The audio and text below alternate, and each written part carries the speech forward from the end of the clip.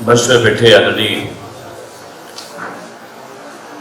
श्री के विक्रम राव साहब, आदरणीय श्री रईस अख्तर जी, श्री कासिम आबदी जी, वरिष्ठ समाज सेवी श्री मुकेश बहादुर जी,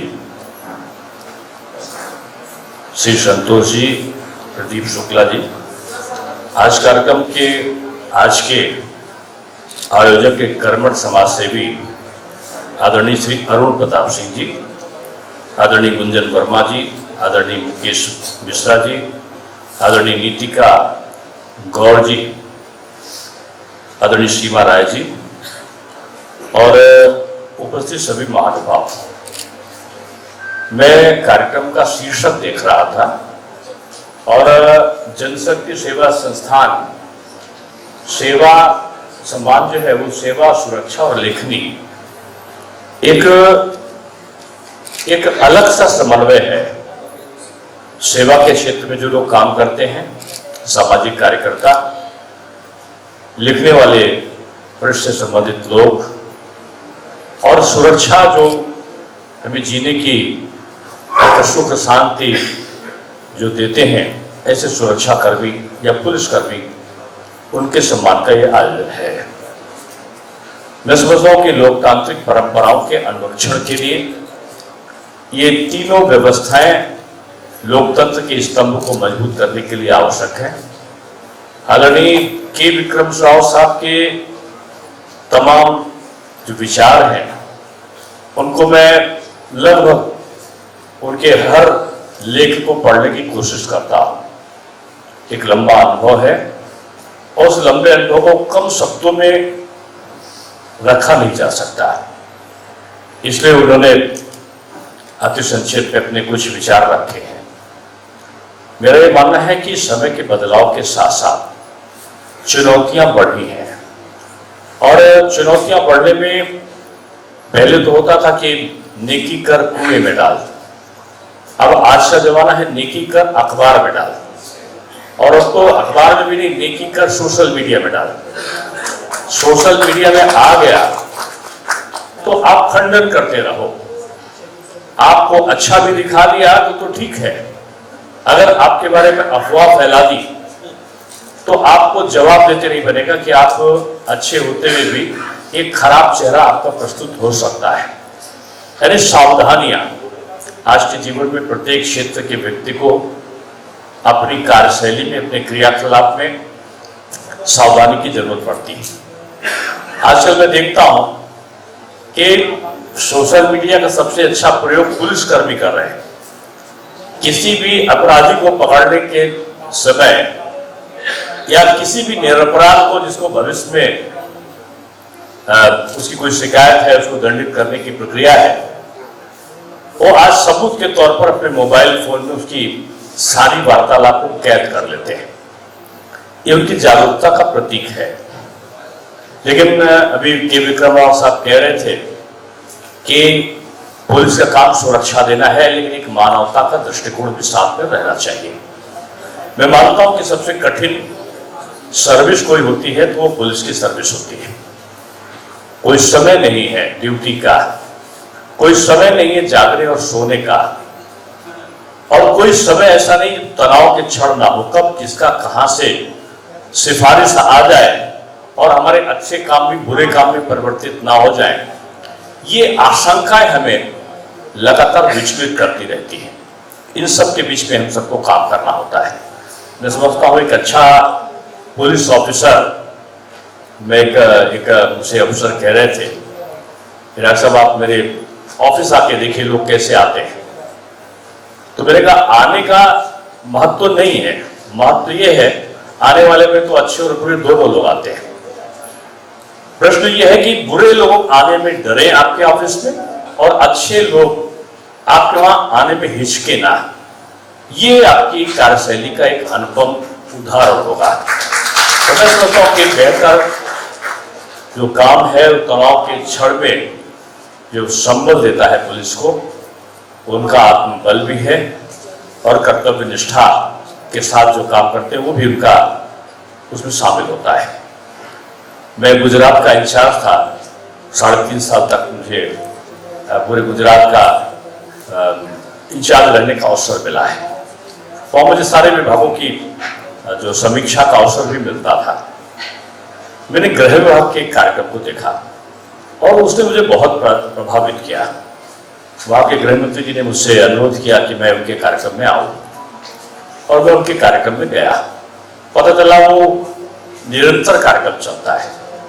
उसमें मैंने देखा कि कांस्टेबल से लेकर और आईजी से भी ऊपर के लोग, डीजी तक के लोग अपने परिवार के साथ, अपनी पत्नी और उनके साथ में सब आए थे और सब अपने टिफिन में कुछ ना कुछ लाए थे। एक कांस्टेबल की टिफिन की बनी हुई सब्जी को पुलिस के आईजी निकाल रहे थे और आईजी की बनी हुई रोटियों को एक कांस्टेबल का जो साधारण चलने वाला व्यक्ति निकाल कर खा रहा था। ये अनुपम उदाहरण में मैंने देखा कि जो संत्रास है, जो तनाव है, वो जो दूरी है, वो उनकी कॉम्पिटेंसी, जो उनकी क्षमता है, उसको मैं समृद्धि कर रही थी। डर होना चाहिए, लेकिन डर का मतलब ये नहीं है कि हम अपनी बात को कहने में भी अपने अफसर से संकोच कर सके। इसलिए मैं समझता हूँ कि मैं जब उप मुख्यमंत्री के दौरान मुझे नेता सदन भी था तो मुझे पुलिस के विभाग की समीक्षा का अवसर मिला था और मैंने अनुरोध किया था कि पुलिस की सेवा शर्तों में, कुछ सेवाओं में सरलता और मानवता का दृष्टिकोण कैसे शामिल हो। ज्यादा देर तक जागने वाला अधिकारी तो चिड़चिड़ा हो जाता है और चिड़चिड़ा होने में अपशब्दों का प्रयोग सहज भाव में उसके मुंह से निकलने लगता है। क्या उपाय है? उनकी छुट्टी के क्या उपाय है? उनको बीच में सहूलतों के क्या उपाय है? इसमें पुलिस ने एक कमेटी बनी थी, मुझे नहीं याद है उसकी रिपोर्ट क्या आई है, उसके बाद क्या हुआ। सेवा सुधारों में उसके लिए प्रकाश सिंह जी के शायद अध्यक्षता में बनी थी और अब उसमें इम्प्लीमेंट क्या हुआ मैं बता सकता हूँ। तो मेरा यही कहना है कि पुलिस के कर्तव्य परायणता की हम सब अपेक्षा करते हैं, लेकिन एक दूसरा जो पहलू है उनके परिजनों से कि घर के अंदर की जो क्या व्यथा है। कभी कभी मैं बड़ा प्रसन्न होता था, मैं विश्वविद्यालय में प्रोफेसर था और मैं जब विद्यार्थी से पूछता था कि तुम्हारे पिताजी क्या करते हैं, अगर अच्छा विद्यार्थी मुझे कभी कभी मिल जाता था, मैंने फर्स्ट डिवीजन प्राप्त किया है, मैंने टॉप किया है, तो मुझे अच्छा लगता था, इसलिए कि पुलिस अफसर का बेटा होके और इतने तनावपूर्ण उसमें कि कब तबादला हो जाए, कब कहाँ जाएगा, भाई लखनऊ में, कल लखीमपुर होगा, परसों शाहजहाँपुर होगा, घर में कब आएगा कब नहीं आएगा, बच्चे की देखभाल होगी कि नहीं होगी, उसके बावजूद बच्चे अच्छे नंबर ले आ रहे हैं।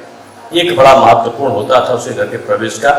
मैं इस पहलू को भी कहूँगा कि कर्तव्य परायणता के साथ साथ बच्चों का कि घर में संस्कार डालने का काम जरूर करिए। पुलिसिया रोग जो है, क्योंकि अधिकांश शिकायतें मिलती हैं कि पुलिस में बच्चों को संभालना बड़ा मुश्किल काम होता है और बच्चे के जल्दी बिगड़ने की संभावनाएं ज्यादा होती है। इसलिए मैं कहूंगा कि पुलिस की वर्दी, ड्यूटी तक घर में बच्चों के सामने सामान्य परिवेश में, संस्कारों में, अगर आप मुस्लिम हो तो आपकी कुरान की आयतें, आपके खुदा का स्मरण, आप हिंदू हो तो पूजा पाठ, पूर्वजों के गौरवशाली परंपराएं, एक घर का वातावरण बच्चों में जरूर अच्छा रखिए और पुलिस की बातें घर पे मत करिए और घर में जो ऑफिस की झंझलाहट है वो घर पे मत करिए। और पत्रकारों को तो मैं कहूँगा कि जो लेखनी है ये चतुर्थ स्तंभ है और लंबा अनुभव विक्रम राव साहब को है कि पत्रकार में भी आजकल होड़ है और पत्रकारिता की दिशा और दशा दोनों बदली है। एक सकारात्मक लेखनी को खोजने में अब थोड़ा सा समय लगने लगा है और मुझको लगता है कि लेखनी स्वतंत्र होनी चाहिए और स्वतंत्र है भी। कुछ जगह की जो विसंगतियां हैं उनको कोई और दूर नहीं कर सकता, उनको दूर करने का दायित्व भी हमारे सम्मानित पत्रकार मित्रों को ही होगा कि वो उसको कैसे दूर कर सके। लेकिन आज भी स्वतंत्र पत्रकारिता एक गौरव का विषय पूरे प्रदेश में है। समाज के लिए जो तीसरा वर्ग है जिसको आप कह रहे हो समाज सेवी, तो मैं कहूँगा कि मैं कई जगहों पर गया हूँ, कई देशों पर गया हूँ मुझे बोलने का अवसर मिला था। तो समाज सेवी का एक व्यक्ति, एक साधु थे, उनके पास उनके शिष्य गए और उन्होंने कहा कि गुरुजी ईश्वर के पास पहुंचने का शॉर्टकट मेथड बता दो। तो उन्होंने कहा कि पहले तीनों शिष्यों से कहा कि तुम अलग अलग बताओ करते क्या हो। एक शिष्य ने कहा कि मैं सुबह 4 बजे उठता हूँ, जोर जोर से भजन करता हूँ और मंत्रों का उच्चारण करता हूँ, बिल्कुल निर्जला होकर मैं एक टांग पे खड़ा होकर भगवान की पूजा करता हूँ। दूसरे बोला तुम क्या करते हो? उसने कहा साहब मैं हवन करता हूँ, पूजा करता हूँ, तपस्या करता हूँ एक तरीके की, और इतने कंठी माला को इतने बार गिनता हूँ और बिल्कुल विशुद्ध, मैं लहसुन प्याज भी नहीं खाता हूँ, केवल फल खाकर जीवन व्यतीत करता हूँ। और उनका तीसरे से तुम क्या करते हो? उसने गुरुजी के पैर पकड़े और कहा गुरुजी मैं क्षमा चाहता हूँ, मेरे पड़ोसी जो है वो बीमार रहते हैं और उनकी दवा लेने मुझे शहर के अस्पताल में जाना पड़ता है, और जब मैं लौट कर आता हूँ तो उनके बच्चे फीस नहीं जमा कर सकते पढ़ाई के लिए, तो थोड़ी देर उनके बच्चों को पढ़ा देता हूँ।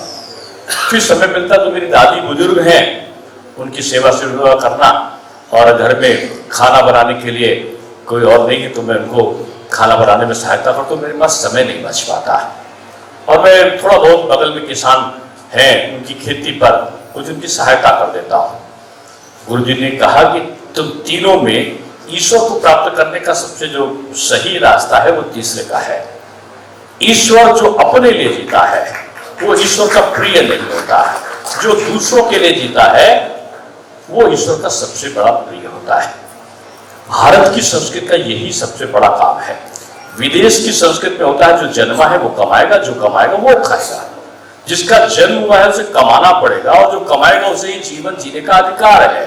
ये पाश्चात्य संस्कृति कहती है। वहां तो वृद्धाश्रम भी है, शिशु आश्रम भी है। हमारे वहां पहले शिशु आश्रम और वृद्धाश्रम नहीं होते थे। पड़ोसी भी वृद्धों को पाल लेता था, चाचा ताऊ ताई अपने बच्चे। अब तो आजकल अपना बच्चा रोटी नहीं देता तो माँ रोती है कि बेटा रोटी नहीं देता और कोर्ट में जाती है। माँ बचपन में भी रोती है कि बेटा रोटी नहीं खाता, और बुजुर्ग होने पर भी रोती है कि बेटा रोटी नहीं देता। ये परंपरा हमारे वहां की नहीं थी। पहले वृद्धाश्रम नहीं हुआ करते थे।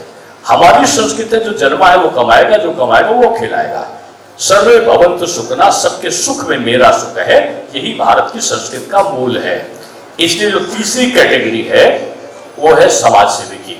तो समाज सेवियों को मैं कहूंगा अपने लिए नहीं, अरुण जी, दूसरों के लिए जीने की जो प्रवृत्ति अपने में लाता है वही इस संसार का सर्वश्रेष्ठ व्यक्ति की श्रेणी में आता है और ईश्वर को सबसे अधिक प्रिय होता है। इसलिए आपके एनजीओ के द्वारा, आपका एनजीओ प्रकोष्ठ के द्वारा आज ये काम किया गया। मैं जिनको पुरस्कार मिलना है उनको भी साधुवाद देता हूँ, और जिनको नहीं मिलना है उनको ज्यादा साधुवाद देता हूँ कि आप दूसरों को मिलते हुए पुरस्कार को देखने के लिए यहाँ आए हो। निश्चित रूप में आपको अच्छे काम करने की प्रेरणा मिलेगी। आप और तीसरा चीज मैं क्षमा के साथ विक्रम राव साहब से कहूँगा कि मैं देर से आने का व्यस्त नहीं हूँ। मैंने इनसे पहले निवेदन कर लिया था कि मेरे दूसरे कार्यक्रम हैं और 5 बजे के पहले आना मेरा मुश्किल होगा, तो इसलिए मैं ये अपने कार्यक्रम में सही थे कि कितने बजे शुरू करना, मैं अपने में सही था कि मुझे 5 बजे ही आना था। इसलिए मैं क्षमा भी चाहता हूँ कि आप लोग शायद पहले आ गए। मेरी बहुत बधाई और शुभकामनाएं, और ये एक संदेश लेकर जाए कि, और खासतौर से पुलिस वालों के लिए कि आप बाहर जितना कठोर हैं उतना घर में विनम्र हैं। पत्रकारों के लिए जितनी लेखनी आपकी तीखी है उतनी सामाजिक कार्यों के लिए, सकारात्मक दृष्टिकोण के लिए उतनी आपकी सरल है, और सामाजिक कार्यकर्ताओं के लिए जितना आप अपने लिए नहीं सोचते उतना आप समाज के लिए सोचते। ये सारी सकारात्मक सोच आपके जीवन में एक अच्छा मार्ग प्रशस्त करे, यही मेरी शुभकामनाएं हैं।